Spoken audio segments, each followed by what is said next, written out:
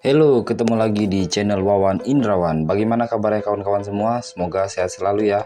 Di video kali ini kita akan membahas tentang syarat jika timnas Indonesia ingin lolos ke 16 besar Piala Asia di Qatar. Langsung saja kita bahas. Oke, dikutip dari tribunpontianak.co.id, syarat timnas Indonesia jika ingin lolos ke 16 besar Piala Asia di Qatar. Oke, kemarin Indonesia baru saja menelan kekalahan dengan skor ya cukup telak ya teman-teman, 3-1, dimana disitu ada gol kedua dari Irak yang kontroversial karena disitu disebut golnya telah offset ya, tapi wasit menganulir offset dan tetap melanjutkan dan tetap terjadi gol. Oke, tim asuhan Sintayong ini segrup dengan Jepang, Iran, dan Vietnam. Dari tiga tim itu, Jepang dan Iran punya jejak rekam yang menjadi kampiun atau mereka pernah menjadi juara di Piala Asia ini. Sedangkan Vietnam pernah finish di babak 8 besar atau perempat final. Pelatih Indonesia Sintayong sendiri punya target untuk menembus babak 16 besar. Jadi Sintayong sendiri punya target atau trik untuk menembus ke 16 besar. Tentu untuk melaju ke fase playoff harus berhasil meraih poin yang cukup. Kemudian timnas Indonesia paling tidak perlu meraih satu kemenangan dan satu hasil imbang. Jika skenario ini berhasil, maka Indonesia akan menorehkan 4 poin di fase grup Piala Asia. Jadi fase grup Piala Asia ini tidak hanya mengambil juara grup dan runner up teman-teman untuk melaju ke 16 besar, tapi juga peringkat 3 terbaik dari 4 tim ya teman-teman ya. Dari 4 tim peringkat 3 terbaik.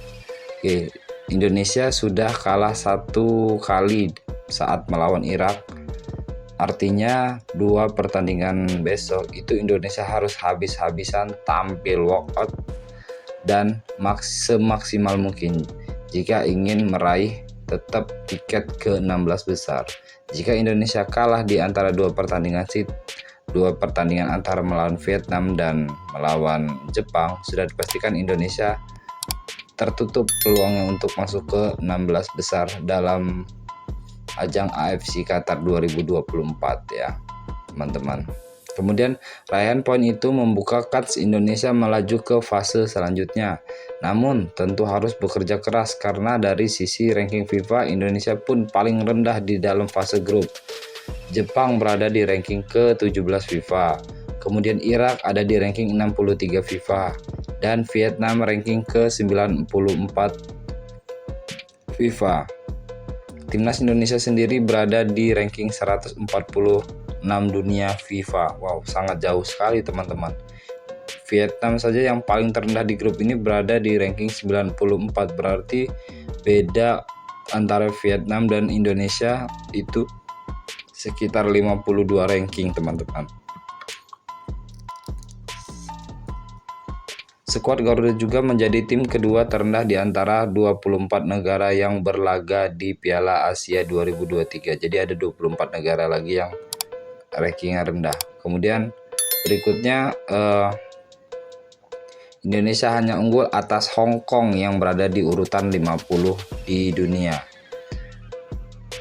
Berikutnya itu inilah skuad-skuad yang akan dipertandingkan di match day kedua antara Indonesia melawan Vietnam. Yang pertama ada kiper ada Sahrul, Muhammad Riyadi, kemudian Hernando Ardi.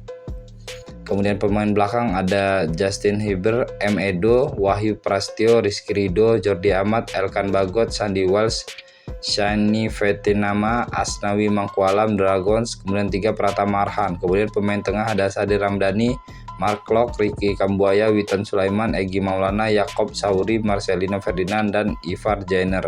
Kemudian pemain depan ada Hoki Caraka, Ramadan Sanata, kemudian Deddy Sulistiawan, kemudian Dimas Derajat, Rafael Struijk.